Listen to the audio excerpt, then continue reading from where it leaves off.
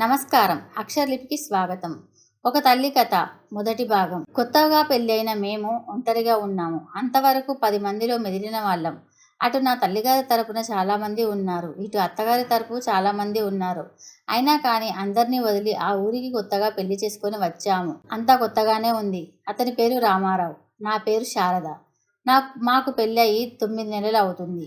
అన్ని రోజులు అత్తవారింట్లో ఉన్న నాకు వాళ్ళ కుటుంబ రహస్యం తెలిసింది. 3 మరుదులు, ఒక అక్క, 3 చెల్లెళ్ళు ఉన్నారు. 3 మరదలలో ఒక మరదలకు పోలియో వచ్చి కుంటికాలు అయింది.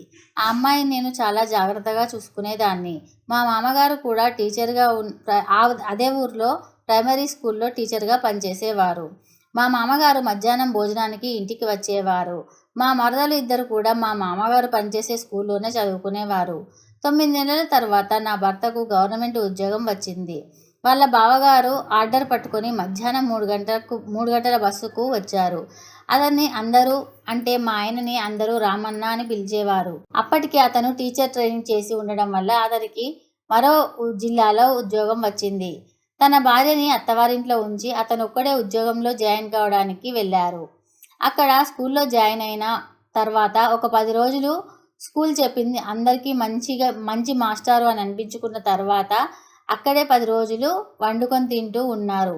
అయితే అతని తోటి ఉద్యోగులు, నీకు పెళ్ళి అయింది కదా, నీ భార్యను తీసుకొని వస్తే నీకు సమయానికి వండి పెడుతుంది అంటూ అక్కడ వారు చెప్పగానే అతనికి కూడా ఆ ఆలోచన నచ్చి సరే అని ఒక 2 రోజులు సెలవు తీసుకొని మా దగ్గరికి వచ్చాడు. తన తల్లిదండ్రి దగ్గరతో నా భార్యను నేను నాతో పాటు తీసుకొని వెళ్తాను, కొంచెం సామాను ఇవ్వండి అని అడిగాడు. అయితే మా అత్త మామ అలాగే నీ ఇష్టం అని చెప్పి మాకు కొంచెం బియ్యం, కారపొడి, చింతపండు వండుకోవడానికి గిన్నెలు, కంచాలు ఇచ్చి మా ఇద్దరితో పాటు మా 2 మరుదులను కూడా మాతో పంపారు. నేను తయారయ్యి అతనితో వెళ్ళడానికి మధ్యాహ్నం 3 గంటల బస్సుకు బయలుదేరి వేములవాడలో దిగాము.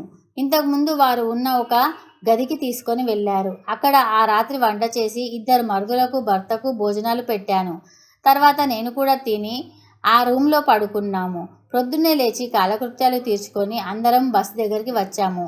అక్కడ 2 మరుదులు, నేను, నా భర్త మళ్ళీ చాయ్ తాగి బస్సులో ఎక్కి కూర్చున్నాము. సామాన్ సంచులు నా మరుదులు 2 పట్టుకొని బస్సులో పెట్టారు. నా భర్త, నేను, నా మరుదులు అందరం కలిసి కామారెడ్డిలో దిగాము. అక్కడి నుండి తూప్రాన్ వెళ్ళాము. సంగారెడ్డికి పోయే బస్సు తూప్రాన్లో ఆగుతుందని కండక్టర్ డ్రైవర్ని అడిగి తెలుసుకున్నాము. బస్సు ఎక్కి తూప్రాన్ టికెట్ తీసుకొని బస్సులో కూర్చున్నాము. అక్కడి నుండి తూప్రాన్లో దిగి సంగారెడ్డి బస్సు ఎక్కినాము. అది మా ఊరి అంటే నా భర్త పనిచేసే ఊరికి మధ్యలో ఉంది. ఊరి పేరు దొంతి శివంపేట అని తెలుసుకున్నాము. రోడ్డు మీద బస్సు ఆగానే దిగి అంతకుముందే అక్కడ ఉన్న నా భర్త సహోద్యోగులు అందరం కలిసి ఒక రూమ్ చూసి పెట్టారు. నా భర్త మమ్మల్ని తీసుకొని ఆ రూమ్కి వెళ్ళాము. ఒక వంట రూము, ముందు ఒక రూము, వెనుక ఒక రూము, 2 రూములు ఉన్నాయి. అప్పట్లో ఆ ఇంటికి కిరాయి 15 రూపాయలు. ఆ గదికి వెళ్ళగానే మంచినీళ్ళ కోసము చూశాను. మేము తీసుకున్న గదులలోనే ఒక చేదబావి ఉంది. అందులో నుండి నీళ్లు తోడుకొని బకెట్లో పోసుకొని లోపలికి తీసుకువచ్చి పెట్టారు నా మరిదిగారు. లోపల ఉన్న బకెట్లో నుండి నీళ్లు తీసుకొని తాగాము. బాగానే ఉన్నాయి అనిపించింది. అదే నీళ్ళతో వంట చేయాలి, ఈ నీళ్ళతోనే వంట చేయాలా అని అడిగాను నా భర్తని. అవును, ఈ నీళ్ళనే ఇక్కడ అందరూ తాగుతారు అన్నారు. సరే, మీరు మెల్లగా వంట చేయండి, నేను బడికి పోయి వస్తాను అని తన పెద్ద తమ్ముడిని తీసుకొని స్కూల్కి వెళ్ళాడు మా ఆయన. చిన్న మరిది, వదిన ఈ గిన్నెలో బియ్యం పెట్టు, అన్న కూరగాయలు తీసుకొని వస్తాడు అని ఆ గిన్నెలో 3 గ్లాసుల బియ్యం పోసి ఇచ్చాడు. అలాగే అని చెప్పి నేను ఆ నీళ్ళతోనే బియ్యం కడిగి ఆ ఇంటిగల ఆమె ఇచ్చిన కట్టెలతో పొయ్యి ముట్టించి అన్నం వండాను. ఇంతలో పెద్ద మరిది కూరగాయలు తీసుకొని వచ్చాడు. ఆలుగడ్డలు, టమాటాలు అలాగే కొత్తిమీర తెచ్చాడు. అలా ఆలుగడ్డలు, టమాటాలు కోయడానికి కత్తిపీట లేదు కదా అనగానే మళ్ళీ పక్కింటి ఆవిడ ఇలపీట తెచ్చి ఇచ్చింది. కూరగాయలు కోసుకో అమ్మా అంది. ఆవిడ పేరు బుచ్చమ్మ. భర్త లేడు, ఒక కొడుకు ఆమె ఉంటారట. ఈ విషయం నాకు తర్వాత నా భర్త చెప్పారు. నేను అన్నం వండి కూర చేశాను. 2 కలిపి చేసి పచ్చిపులుసు చేసి పక్కన పెట్టాను. 2 మరుదులు బయట అరుగులపై కూర్చున్నారు. 1:30కు నా భర్త స్కూల్ నుండి వచ్చాడు. కాళ్ళు కడుక్కొని లోపలికి వచ్చి టవల్తో తుడుచుకొని అన్నం పెట్టు నాకు, తమ్ముళ్లకు అన్నాడు. నేను 3కి 3 కంచాలు పెట్టి అన్నం వడ్డించాను. నిన్న రాత్రి నుండి సరిగ్గా భోజనం లేదు కాబట్టి అందరూ కడుపు నిండా తిన్నారు. వారు తినగా కొంచెమే అన్నం కూర మిగిలింది. నేను అది తిన్నాను. తిని 2 గిన్నెలు కడిగా పక్కకు పెట్టాను. 4 గంటలకు నా భర్త స్కూల్ నుంచి వచ్చేసరికి అతనికి సాయంత్రం టీ తాగే అలవాటు ఉంది. ఎలా చేయాలి? అన్నం వండడానికి ఒక గిన్నె, కూరకు ఒక గిన్నె, 3 కంచాలు, ఒక బిందె, 2 చెంబులు, 2 గ్లాసులు ఇవే ఇచ్చారు మా అత్తగారు. చాయ్ ఎలా చేయాలి అని ఆలోచించాను. అన్నం చేసుకునే గిన్నెలోనే చాయ్ చేశాను. నా చిన్న మరిది బజారుకు పోయి చక్కెర చాయ్ పత్తా తీసుకువచ్చాడు. నేను చాయ్ చేసి ముగ్గురికి పోశాను. వాళ్ళు తాగిన తర్వాత నా భర్త తాగిన గ్లాస్ తెచ్చుకొని నేను కూడా చాయ్ తాగిన. ఒక 4 రోజులు ఉన్న నా మరుదులు ఇద్దరు తిరిగి తిమ్మాపురం వెళ్ళిపోయారు. ఆ తర్వాత నేను నా భర్త ఇద్దరమే ఉన్నాము. అలా గడిచింది మా సంసారం. ఆ ఇంట్లో నుండి వేరే ఇల్లు అద్దె ఇంట్లోకి వెళ్ళాము. ఆ ఇంట్లో 2 రూములు ఉన్నా చాలా పెద్దగా ఉన్నాయి. మట్టితో పొయ్యిలు వేసుకొని అందులో కట్టెలు పెట్టి వంట చేసుకోవాలి. అక్కడ లంబడి వాళ్ళు చాలామంది సాయంత్రం కాగానే కట్టెలు తీసుకొని వచ్చేవారు. ఒక మోపు 5 రూపాయలు, 10 రూపాయలు అంటూ అమ్మేవారు. నా భర్త 2 మోపులు వేసుకునేవారు. 10 రూపాయలు ఇచ్చేవారు. అంటే 2 మోపులకు 10 రూపాయలు అన్నమాట. ఆ తర్వాత నాకు అర్థమైంది. అంటే ఒక మోపుకు 5 రూపాయలు, 2 మోపులు వేసుకుంటే 10 రూపాయలు అన్నమాట. అప్పటికి నేను ఇంకా చిన్నపిల్లనే కాబట్టి ఇవన్నీ నా భర్త నాకు విడమర్చి చెప్పారు. అలా గురువారం కట్టెల మోపులు వేసుకునే వాళ్ళం. ఎందుకంటే ఆ ఊర్లో గురువారమే సంత జరుగుతుందట. 4 గంటలకు స్కూల్ అయిపోగానే నా భర్త బ్యాగ్ తీసుకొని కూరగాయలు తెచ్చేవాడు. ఒక 10 కిలోల బియ్యం, 1 కిలో కందిపప్పు, అర్ధ కిలో పెసరపప్పు, ఉల్లిగడ్డ, ఎల్లిగడ్డ, కరివేపాకు, కొత్తిమీర అన్నీ తెచ్చేవాడు. పచ్చిమిరపకాయలు కూడా తెచ్చేవాడు. అలా గడిచిపోతున్న రోజుల్లో ఒకసారి నాకు తల తిరగడం, వాంతులవ్వడం జరిగింది. ఏమీ తినబుద్ధి కావడం లేదు. అదే మాట నా భర్తతో చెప్పాను. ఎందుకు అలా అవుతుంది? ఏం తిన్నావు? ఎందుకు వాంతులు అవుతున్నాయి అని తిట్టేవాడు. మేము ఉన్న ఇంటి పక్కకు ఒక తుర్క వాళ్ళు ఉండేవాళ్ళు. కుడివైపు ఎడమవైపు ఒక అయ్యరోళ్ళు ఉండేవాళ్ళు. వాళ్ళని అడిగి తెలుసుకున్నాము. అప్పుడే నాకు ఒక మంచి శుభవార్త తెలిసింది. సార్, మీరు తండ్రి కాబోతున్నారు, మీ భార్య నెల తప్పింది అంటూ వాళ్ళు చెప్పారు. అప్పుడు అతనికి అర్థమైంది నేను నీళ్లు పోసుకున్నానని. మా అత్తగారింటికి కారటు రాశాడు. అట్లనే మా అమ్మ వాళ్ళకు కూడా కారటు రాసిండు. మీ బిడ్డ నీళ్లు పోసుకుంది, వచ్చి చూసి పొండి అని. ఆ ఉత్తరం ముట్టిన తర్వాత మా అమ్మ వచ్చింది శివంపేటకు.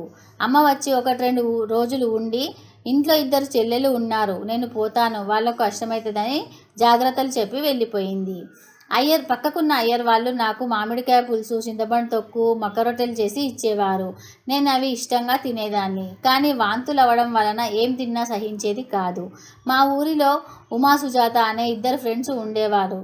వాళ్ళ వయసు నా వయసు ఒకటే కాబట్టి వాళ్ళు నన్ను పంతులమ్మ అని పిలిచేవారు. నాకంటే వాళ్ళే ఒక 2 సంవత్సరాలు పెద్దవారు అనుకుంటా. అందరూ అక్కడ నన్ను పంతులమ్మ అని పిలిచేవారు. నేను కూడా అలాగే ప్రవర్తించేదాన్ని.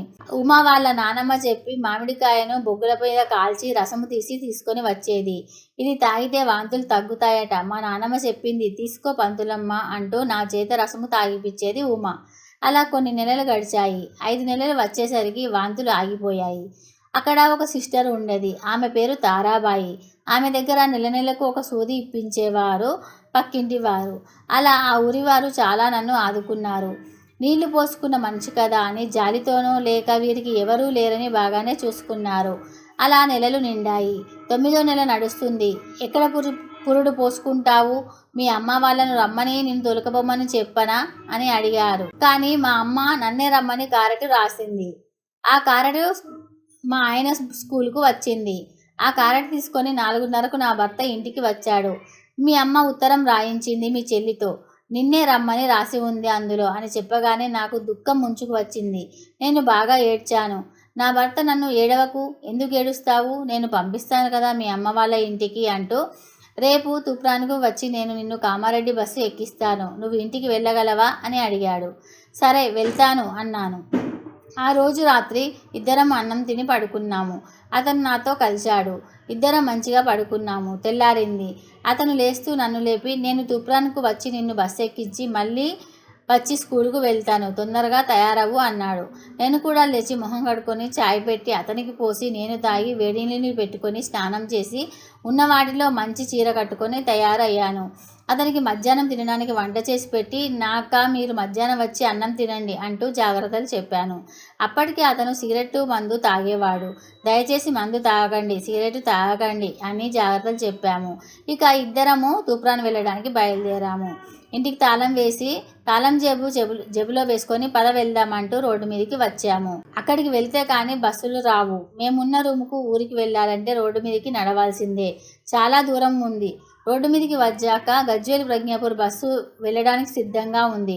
మమ్మల్ని చూసి రోడ్డు మీద ఉన్న వాళ్ళు బస్సుని ఆపారు. నేను వెళ్ళి బస్సు ఎక్కాను. నా వెనకే నా భర్త కూడా బస్సు ఎక్కి సీట్స్ చూసుకొని కూర్చున్నాము. నా భర్త కూడా నా పక్కనే కూర్చున్నాడు. కొద్దిసేపు ప్రయాణం తర్వాత తూప్రాన్ వచ్చింది. రోడ్డు మీదనే బస్సు ఆగేది. అప్పుడు బస్సు దిగాము. అక్కడ చిన్న హోటల్ ఉంది. ఆ హోటల్లో చాయ్ తాగి నాకు మా ఆయన 10 రూపాయలు నా చేతిలో పెట్టి నువ్వు వెళ్ళు, కామారెడ్డి బస్సు ఇప్పుడు వస్తుంది అన్నాడు. అలాగే నేను బస్సు ఎక్కే వరకు ఉండండి దయచేసి అని అడిగాను. సరే, నేను బస్సు రాగానే ఎక్కించి నేను షోంపేటకు పోతాను అన్నాడు. నా మనసు చాలా తృప్తిగా అనిపించింది ఆ మాట వినేసరికి. ఇంతలో కామారెడ్డి బస్సు రానే వచ్చింది.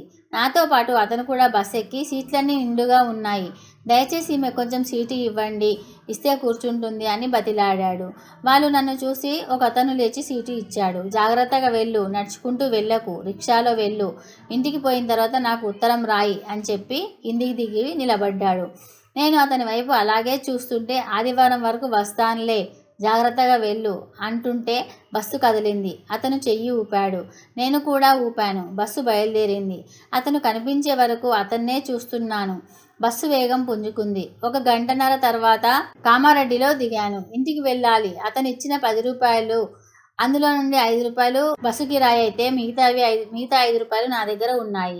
ఆ రూపాయలను అలాగే చేతిలో పట్టుకొని నడుచుకుంటూ ఇంటికి వెళ్ళాను. రిక్షాలో వెళ్తే 5 రూపాయలు దండగాని నేను నడుచుకుంటూనే ఇంటికి వెళ్ళాను. అలా నేను ఇంటికి వెళ్ళి తలుపులు మూసి ఉన్నాయి. తలుపుల మీద చేతి వేళ్ళతో కొట్టాను. అమ్మ వచ్చి తలుపు తీసి, అయ్యో ఒక్కదానివే వచ్చావా, నీ మొగుడు రాలేదా అంది అమ్మ. ఆయన రాలేదమ్మా, అతనికి స్కూలు ఉంది, నన్నే వెళ్ళమన్నాడు, అందుకే నేను ఒక్కదాన్నే వచ్చిన అని సమాధానం ఇచ్చి బాత్రూంలోకి నడిచాను. చాలాసేపటి నుంచి కూర్చొనే ఉన్నాను కదా, నాకు మూత్రం ఆగలేదు. తొందరగా బాత్రూంలోకి వెళ్ళాను. కాళ్ళు చేతులు కడుక్కొని రాగానే అమ్మ కంచంలో అన్నం పెట్టి గుత్తి వంకాయ కూర చేశాను, బాగుంది తిను అంటూ కంచం నాము చేతికి ఇచ్చింది. నేను చాలా ఆకలిగా ఉన్నాను. తొందరగా తిన్నాను. గ్లాసులో నీళ్లు తాగాను. అప్పటికి నాకు కడుపు నిండిపోయింది. చెల్లెలు స్కూల్కు వెళ్ళారా అని అడిగాను. అవును అని అమ్మ సమాధానం ఇచ్చింది. కాసేపు పడుకుంటావా, పరుపు వేయనా అంది అమ్మ. ఏం వద్దమ్మా, ఇలా నాన్న కుర్చీలో కూర్చుంటాను అంటూ కుర్చీలో వాలిపోయాను. ఆ హారం కుర్చీలో మా నాన్న తప్ప ఎవరూ కూర్చోరు. కానీ ఆ రోజు నేను కూర్చున్నాను. నా గురించి, అతని గురించి, మా అత్త మామల గురించి అన్ని వివరాలు అడిగి తెలుసుకుంది మా అమ్మ. నీ మొగుడు వాళ్ళకు ఉత్తరం రాశాడా, నువ్వు ఇలా గర్భవతివి అని అడిగింది. మీకు రాసినప్పుడే వాళ్ళకు కూడా రాసిండు అని చెప్పాను. ఇంతలో 4:30 అయింది. 2 చెల్లెళ్ళు స్కూల్ నుంచి వచ్చారు. అబ్బా అక్క వచ్చావా, ఎప్పుడొచ్చినవే అంటూ 2 చెల్లెళ్ళు దగ్గరగా వచ్చి కూర్చున్నారు. వాళ్ళ సంతోషానికి అవధులు లేవు. నేను రావాలని ఎప్పుడు అనుకునేవారట. ఎందుకంటే అంత మంచిగా ఉండేది మా ప్రేమ అప్పుడు. నేను వెళ్ళేసరికి కిష్టమామ, మా అమ్మ అన్నం తింటున్నారు. అమ్మ వచ్చి తలుపు తీసింది. చెల్లెళ్ళకు చెప్పాను. చెల్లెలు 2 అన్నం తిని వచ్చి నా దగ్గర కూర్చున్నారు. మధ్యాహ్నం స్కూల్కి వెళ్ళలేదు వాళ్ళు. అప్పుడే తెలిసింది నాకు లీలక్క పెళ్లి చేసుకుంది అని. ఎవరంటే సతీష్ను చేసుకుంది. బాయ్స్ స్కూల్లో ఫంక్షన్ చేశారు అని అన్ని విషయాలు చెప్పారు. ఇప్పుడు ఇక్కడ లేరు, పట్నం పోయిండ్రు వాళ్ళ రాణి వదిన దగ్గరికి అని చెప్పారు. ఎప్పుడు వస్తారు అని అడిగాను. రేపు ఎల్లుండి వస్తారు, ఇక్కడ రూమ్ చూడమన్నారు అని చెప్పింది. వాళ్ళు వచ్చేసరికి ఆ రూమ్ సర్దాలి అని చెప్పారు. అమ్మ వాళ్ళ ఇంటి దగ్గర సందులో 2 రూములు ఉన్న ఇల్లు చూశారు. దానికి కిరాయి 150 రూపాయలు. సామాన్ అంతా అమ్మ వాళ్ళ ఇంట్లోనే పెట్టినారు అని చెప్పింది. వాళ్ళు వచ్చేసరికి ఆ రూమ్ సర్దుతాంలే అని చెప్పారు. అయితే ఆ రోజు మధ్యాహ్నం మేము స్కూల్కి వెళ్ళడం లేదు. ఆ ఇంటికి పోయి సామాన్ అంతా సర్దేసి వస్తాము అని లతా మాధవి 2 వెళ్ళిపోయారు. నా తమ్ముడు మురళి వానికి పరీక్షలు ఉన్నాయని వాడు వెళ్ళిపోయాడు అని చెప్పారు. 5:30కు తమ్ముడు వచ్చాడు. కానీ నాతో మాట కూడా మాట్లాడలేదు. అమ్మతో అన్నం పెట్టించుకొని తిని బయటకు వచ్చాడు. అక్క బాగున్నావా అని కూడా అడగలేదు. నన్ను చూసి నవ్వుతూ వెళ్ళిపోయాడు. దానికి నేను చాలా పొంగిపోయాను. రాత్రి 8 గంటల వరకు మా బాపు కూడా వచ్చాడు. ఎప్పుడొచ్చినావు బిడ్డ అంటూ దగ్గరికి తీసుకున్నాడు మా బాపు. బానే ఉన్నాను నాన్న అంటే రామారావు రాలే అని అడిగాడు నాన్న. బానే ఉన్నాడు, నన్ను తూప్రాన్ వరకు వచ్చి కామారెడ్డి బస్సు ఎక్కించాడు అని చెప్పాను. వారం రోజుల తర్వాత వస్తానన్న భర్త రాలేదు. అతనికి స్కూలు ఉంది కదా అని నాకు నేను సర్ది చెప్పుకున్నా. శనివారం రాత్రి వచ్చాడు. అందరూ బాగానే చూసుకున్నారు. నా చెల్లెళ్ళు బావా బావా అంటూ బాగానే మాట్లాడారు. శనివారం రాత్రి ఉండి ఆదివారం సాయంత్రం వెళ్ళిపోయాడు మా ఆయన. వెళ్ళేటప్పుడు నాకు 100 రూపాయలు ఇచ్చి వెళ్ళాడు. మళ్ళీ ఎప్పుడు వస్తారు అని అడిగాను. మళ్ళీ శనివారం వస్తాను అని చెప్తూ జాగ్రత్తగా ఉండు అత్తమ్మ, నీ బిడ్డ జాగ్రత్త అని మా అమ్మకు చెప్పి వెళ్ళిపోయాడు శివంపేటకు. అతనికి ఇష్టమైన కూరలన్నీ చేసి పెట్టింది అమ్మ. శనివారం రాత్రి నుండి ఆదివారం వెళ్ళే వరకు అన్ని విధాలా చేస్తే తిని వెళ్ళాడు. నువ్వు పోయినాక ఏం వండుకుంటావో పండుకోవో, తినేసి వెళ్ళు అంటే సరే అని తిని రాత్రికి రైలులో వెళ్ళాడు. బ్రాహ్మణపల్లిలో దిగి అక్కడి నుంచి మళ్ళీ టెంపోలో శివంపేటకు వెళ్ళాలి. మేము ఎప్పుడు వచ్చినా అలాగే వస్తుండేవాళ్ళం, అలాగే వెళ్తుండేవాళ్ళం. గురువారం రాత్రి నుంచి నాకు నొప్పులు వస్తున్నాయి. మబ్బున లేచి తమ్ముని లేపి మా నాన్న వాళ్ళ అక్క అత్తమ్మను తొలకరాపో అని, అలాగే రిక్షా తీసుకొనిరా అని అమ్మ తమ్ముని పంపించింది. అమ్మ వాళ్ళ ఇంటికి 15 గంటలో అత్తమ్మ వచ్చింది. ఏమైందంటే ఇలా జరుగుతుంది అని చెప్పగానే సరే పద పోదాం ముందు అంటూ తొందర చేసి రిక్షాలో సర్కారు దవాఖానకు పోయినాము. పొద్దున 8 గంటలకు పోతే 11 గంటలకు పుట్టింది ఆడపిల్ల. ఆ రోజే నా భర్త కూడా వచ్చాడు. నీకెలా తెలిసింది అని అడిగాను. నాకు రాత్రి కల వచ్చింది, అందుకే ఉండబట్టలేక వచ్చాను. నాకు బిడ్డ పుడుతుందని ముందే తెలుసు, అదే జరిగింది ఇప్పుడు అన్నాడు. నాకేమో కొడుకు పుట్టాలని ఉంది, అతనికేమో బిడ్డ కావాలని అన్నారు. సరేలే, ఎవరైతే ఏమిటి, మొదటి కాన్పు కదా, ఎవరైతే ఏమి, నా రక్తం పంచుకొని పుట్టిన నా కూతురు చిన్నగా సన్నగా ఉంది. మా అత్తమ్మ దగ్గర ఉండి అన్ని విధాలా అరుచుకున్నది. నన్ను దవాఖానాలో ఉన్నన్ని రోజులు 5 రోజుల తర్వాత ఇంటికి వచ్చాను.